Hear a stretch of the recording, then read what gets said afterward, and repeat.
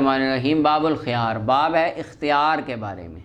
یہ آپ نے فقہ کی کتابوں میں اس میں پڑھ لیا ہے تقریباً، وہ سارے نور الرضا قدوری ہدایہ وغیرہ میں۔ اچھا ہدایہ میں تو آئے گا بھی، ہاں اگلے سال آئے گا، ٹھیک ہے۔ کتاب البیوع آئے گی تیسرے حصے میں ہے نا آئے گی۔ باب الاختیار کا بیان، یعنی دو بندے باہم سودا کرتے ہیں، خرید و فروخت کرتے ہیں تو وہ اختیار ایک دوسرے کے لیے رکھ سکتے ہیں۔ ایک بندہ کہتا ہے میں نے چیز خریدی ہے تو لیکن مجھے 3 دن تک اختیار ہے، کم از کم اس کی زیادہ سے زیادہ 3 دن تک مدت ہے، کم از کم جتنی رکھ لیں، تو اس کے اندر ہے کہ میں یہ اختیار مجھے ہے کہ میں یہ 3 دن تک چیز دیکھوں گا، دوستوں کو دکھاؤں گا، اگر مجھے منظور ہوا تو میں آ کے آپ کے ساتھ اوکے کر دوں گا، تو اگر ناپسند آئی تو میں واپس کر سکوں۔ اس کے تفصیلی احکام فقہ کتابوں میں ہے۔ اچھا جی، پہلی فصل 2801 نمبر روایت۔ اب اس کے موٹے موٹے اصول حدیث طیبات میں بیان ہوئے ہیں۔ ابن عمر رضی اللہ عنہ فرماتے ہیں، نبی صلی اللہ علیہ وسلم فرمایا، 2 بیع کرنے والے، خرید و فروخت کرنے والے، ان میں سے ہر ایک کو اختیار ہوتا ہے اپنے ساتھی پر جب تک وہ جدا نہ ہو جائیں، جب تک وہ جدا نہ ہو جائیں۔ جدائیگی سے مراد یہاں پہ ہے اقوال کی جدائیگی۔ مثلا دو بندے بیٹھے ہوئے ہیں، وہ بیع کر رہے ہیں آپس میں، میں کہتا ہوں جی یہ میں نے موبائل آپ کو بیچا، اگلا بندہ دیکھتا ہے، چیک کرتا ہے اور کہتا ہے جی میں نے یہ خریدا، یہ جی اتنے ہزار کا، میں اسے پیسے لے لیتا ہوں، وہ چیز لے لیتا ہے، ٹھیک ہے۔ اس کے بعد ہماری بات شروع ہو جاتی ہے کوئی اور، ہم کوئی سیاست کی بات، کوئی جنگ کی بات، کوئی ہسٹری کی بات کر رہے ہیں، کوئی حدیث کی تشریح کی بات کر رہے ہیں، کوئی بات ہم شروع کر دیتے ہیں، گھنٹہ 2 گھنٹے 3 گھنٹے گفتگو جاری رہتی۔ اس کے بعد وہ بندہ کہتا ہے کہ میں نے تو یہ بیع نہیں کرنی، تو یہ ایسے نہیں ہوگا۔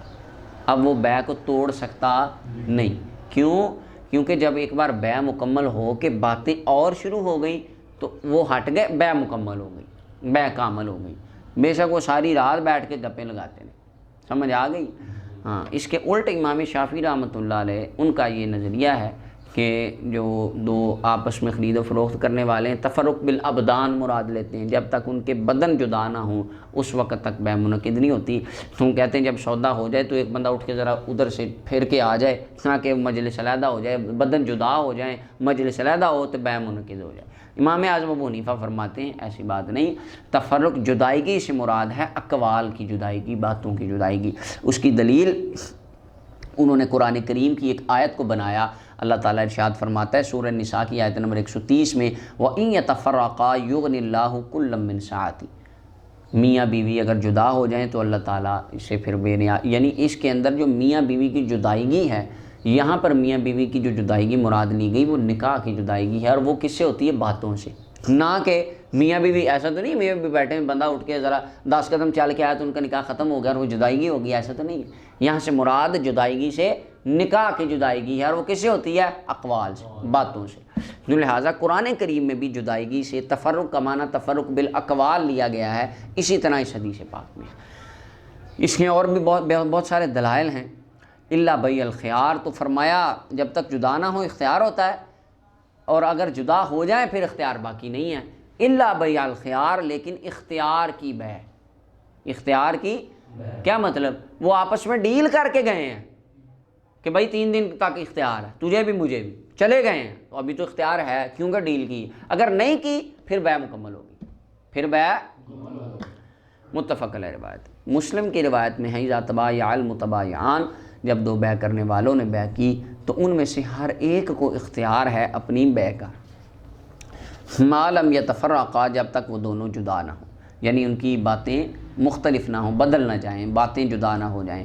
او یکون بیعہما عن خیار، یا پھر ان کی بیع ہی خیار سے ہوگی، اختیار والی بیع ہوگی۔ 3 دن تک، وہ کہتے ہیں نہیں 2 دن 1 دن 3 دن تک آپ کو اختیار، آپ چیز دیکھ لیں، پسند آ جائے ٹھیک ہے، نہیں تو 3 دن کے اندر اندر واپس کر دیں، پیسے لے جائیں۔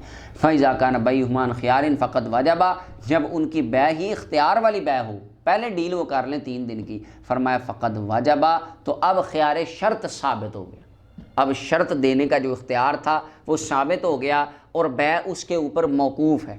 اگر تو 3 دن میں وہ اوکے کر دے تو بیع مکمل، اگر توڑ دے تو ٹوٹ گئی۔ اور ترمذی کی روایت میں ہے کہ 2 خرید و فروخت کرنے والوں کو اختیار ہوتا ہے جب تک جدا نہ ہو جائیں، یا پھر وہ دونوں اختیار نہ لے لیں۔ متفق علیہ روایت کے اندر آتا ہے کہ ان میں سے ایک دوسرے کو کہے اختر، تو اختیار لے لے، یا وہ دونوں اختیار لے لیں، ٹھیک ہے، یہ دوسری چیز ہے۔ اگر یہ اختیار کی وہ شرط نہیں لگاتے، مثلا وہ دونوں آپس میں کہتے ہیں بھئی اوکے بس مجھے پسند ہے، کوئی مجھے مزید اختیار نہیں، انہوں نے سودا کر لیا، کر کے باتیں علیحدہ اور نہیں شروع ہو گئی، بس اب بیع مکمل ہو گئی، سودا مکمل ہو گئی۔ 2802 نمبر روایت، حکیم ابن حزام رضی اللہ عنہ فرماتے ہیں کہ نبی صلی اللہ علیہ وسلم فرمایا 2 خرید و فروخت کرنے والوں کو اختیار ہوتا ہے جب تک جدا نہ ہو، اگر سچ بولیں اور کھول کے بیان کر دیں۔ اگر وہ سچ بولیں، یعنی اس کے اندر ہے خریدنے والا، وہ جو خریدار ہے وہ اپنے پیسوں کی کرنسی میں سچ بولے اور جو اس کی ریکوائرمنٹ ہے اس میں سچ بولے، اور بیچنے والا بندہ جو ہے وہ اپنی چیز جو بیچ رہا ہے اس میں سچ بولے کہ اس میں یہ کوالٹیز ہیں، یہ عیب ہیں۔ فرمایا اگر سچ بولیں اور کھول کے بیان کر دیں تو ان کی اس بیع میں، اس سودے میں برکت دی جائے گی۔ اگر انہوں نے چھپایا اور انہوں نے جھوٹ بولا تو ان کی اس خرید و فروخت میں، اس سودے میں سے برکت مٹا دی جائے گی۔ متفق علیہ روایت، برکت مٹائے جانے کی تشریح بھی گزر گئی۔ 2803 نمبر روایت، ابن عمر رضی اللہ عنہ فرماتے ہیں کہ بندے نے نبی صلی اللہ علیہ وسلم کی بارگاہ میں عرض کی، یا رسول اللہ، ان کا نام حضرت حبان ابن منقذ بن عمر الانصاری المازنی رضی اللہ تعالیٰ عنہ تھا۔ انہوں نے عرض کیا، کہا مجھے دھوکہ ہو جاتا ہے بیع میں، یعنی یہود جو تھے وہ دھوکے سے مجھے چیزیں ان کو بیچ دیتے ہوں گے، تو مجھے حضور دھوکہ ہو جاتا ہے خرید و فروخت میں۔ فقال، نبی کریم صلی اللہ علیہ وسلم نے فرمایا، یعنی ان کو سودا کرنے کی بصیرت کامل طور پر نہیں تھی، تو یہودی جو ہوں گے وہ ان کو دھوکے سے چیزیں غلط بیچ دیتے تھے، یعنی سستی چیزیں مہنگی بیچ دی یا غلط چیزیں صحیح کر کے کہہ کے بیچ دی۔ عرض کی، آقا مجھے دھوکہ ہو جاتا ہے۔ نبی علیہ السلام نے فرمایا، جب تو بیع کرے تو کہہ دیا کر لا خلابتا، دھوکہ نہ ہو، دھوکہ تو وہ صحابی جب بھی خرید و فروخت کرتے یہ جملہ کہہ لیا کرتے تھے۔ متفق علیہ روایت ہے۔ اس میں 2-3 معنی ہو سکتے ہیں۔ ایک تو اس کا معنی ہے فقہی اعتبار سے دیکھ لیتے ہیں پہلے کہ ملا علی قاری لکھتے ہیں کہ ایک تو یہ خاص تھی حضرت حبان ابن منقذ کے ساتھ، کیونکہ صرف لا خلابتا یہ لفظ کہنے کہ دھوکہ نہ ہو، اس لفظ کہنے کے ساتھ خیار شرط ثابت نہیں ہوتا، خیار شرط ثابت، لیکن ان کے لیے نبی صلی اللہ علیہ وسلم نے یہ معاملہ خاص کر دیا تھا۔ دیکھیں نا، ایک کسٹمر آتا ہے دکان پہ اور آ کے وہ چیز لیتا ہے اور کہتا ہے دھوکہ نہ ہو، اور 2 دن بعد آ کے کہتا ہے میں تو کہہ کے گیا تھا دھوکہ نہ ہو، تو اس میں تو مجھے یہ عیب نظر آ رہا ہے، واپس کر لو۔ ایسے کوئی بھی نہیں کرتا، ہوتا نہیں، مارکیٹ میں یہ نہیں چلتا۔ لہٰذا یہ جو حدیث پاک تھی یہ حبان ابن منقذ رضی اللہ عنہ کے ساتھ خاص تھی۔ ان کو حضور علیہ السلام نے خاص یہ کہا تھا کہ تو کہا کرے گا لا خلابت، دھوکہ نہ ہو، اس کے بعد چیز لے کر یعنی آپ لوگوں کو دکھا لیا کریں، اگر پسند آئے ٹھیک ہے، نہ آئے واپس، یہ ان کے ساتھ معاملہ خاص ہے۔ ایک تو یہ ہے۔ دوسرا یہ ہے کہ ایک روایت میں ملا علی قاری کہتے ہیں آتا ہے نبی علیہ السلام نے ان کو 2 باتیں فرمائی تھیں، فرمایا تھا لا خلابتا، تو کہا کر کے دھوکہ نہ ہو، اور ساتھ کہا کر کے 3 دن کا اختیار میں لیتا ہوں، یہ بھی کہا تھا۔ ایک اور روایت میں آتا ہے تو وہ زائد الفاظ بھی، وہ اس میں نہیں ہے بخاری مسلم کی روایت میں، وہ دیگر روایت میں، تو وہ یہ کہتے تھے۔ اور تیسرا اس کا معنی جو محبت والا ہے وہ یہ ہے کہ حضور نے فرمایا فقل لا خلابتا، تو کہہ دیا کر دھوکہ نہ ہو، بس تو زبان رسول سے نکلا یہ جملہ کہا کرے گا، تیری بیع میں کبھی تجھے اللہ دھوکہ نہیں دینے، کسی کو یہ دھوکہ پڑنے نہیں دے گا، اللہ کی رحمت تیری خرید و فروخت میں شامل ہو جائے گی۔ فکان رجل یقول، تو جب بھی وہ خرید و فروخت کرتے یہ جملہ کہہ لیا کرتے تھے۔ بخاری مسلم کی متفق علیہ روایت۔ 2804 نمبر روایت، عمر بن شعیب اپنے والد دادا سے روایت کرتے ہیں، نبی صلی اللہ علیہ وسلم نے فرمایا خرید و فروخت کرنے والوں کو اختیار ہوتا ہے جب تک جدا نہ ہو جائے، مگر یہ کہ وہ سودا ہی اختیار کے ساتھ کر رہے ہوں، شرط لگا رہے ہوں بھئی مجھے اختیار ہے 2-3 دن کا، یہ تمہیں ہے۔ فرمایا اور حلال نہیں ہے اس بندے کے لیے کہ وہ اپنے ساتھی سے جدا ہو جائے، یہاں سے مراد ہے بیچنے والا، اس کے لیے یہ جائز نہیں، حلال نہیں ہے کہ وہ اپنے ساتھی سے جدا ہو جائے اس ڈر سے کہ وہ اقالہ کرے، وہ واپس کر دے گا چیز۔ اچھا، اس کے اندر ایک چیز غور کرنے والی یہ ہے،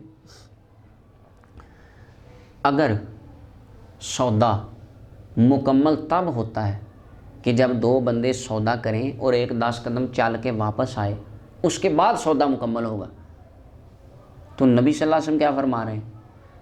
بندے کے لیے جائز نہیں ہے وہ چل کے دور چلا جائے اس ڈر سے کہ بندہ اکالہ کرے، واپس نہ کر دے چیز واپس کب ہوتی ہے؟ جب سودا مکمل ہو جاتا ہے، چیز تو بعد میں واپس کی جاتی ہے۔ مثلا سودا ہو گیا، جو فقہ اور قرآن و سنت کی وہ قاضیوں کے دور میں جس طرح کی وہ بیع ہوتی تھی، آج ہمارے پاکستان، انڈیا، بنگلہ دیش کی جو مارکیٹ میں خرید و فروخت ہوتی ہے موبائلوں کی دکان پہ یا منڈیوں میں، وہ نہیں، یہ شرعی بیع ہے۔ اکالہ کب ہوتا تھا؟ جب چیز خرید لی اس کے بعد بندہ اکالہ واپس کرنے گیا کہ یار یہ لو، تو اس کے بارے میں محبوب علیہ السلام نے فرمایا جو ایک بار اکالہ کرے گا اللہ 10 بار اس پر اکالہ فرمائے گا۔ جو کسی میرے امتی کو شے اگر نہیں آئی پسند، چلو تو تم واپس وہ کرنے آ گیا ہے تو تم رکھ لو، تو رب تعالیٰ بھی 10 مرتبہ تمہاری طرف اکالہ رجوع فرمائے گا۔ تو یہ اکالہ جو ہوتا ہے، یہ ہوتا ہے جب بیع تمام ہو جائے، بیع مکمل ہو جائے اور بندہ شے لے کے چلا جائے اور بعد میں یہ شے اس کے بعد میں اس کو احساس ہو کہ مجھے یہ چیز نہیں لینی چاہیے اور واپس کرنے آئے، تو یہ دکاندار کو اختیار ہوتا ہے، کیونکہ اکالہ کے اندر اختیار کی شرط نہیں لگتی۔ ایک بیع مثلا میں نے آپ کو موبائل بیچا، آپ نے خرید لیا، اوکے یہ ہو گیا، ہمارا سودا مکمل ہو گیا، آپ چلے گئے، جا کے 4 گھنٹے بعد کسی کو خیال آتا ہے یار یہ واپس کر دینا چاہیے، اب آگے میری مرضی ہے میں واپس لوں یا نہ لوں۔ اس کی وجہ کہ جب سودا ہوا اس میں اندر اختیار کی شرط تو لگائی نہیں، کہ آپ جانے والے نے کہا ہی نہیں کہ میں 3 دن کا اختیار کی شرط لے کے جا رہا ہوں، 3 دن میں اگر پسند نہ آیا تو واپس آؤں گا، نہیں۔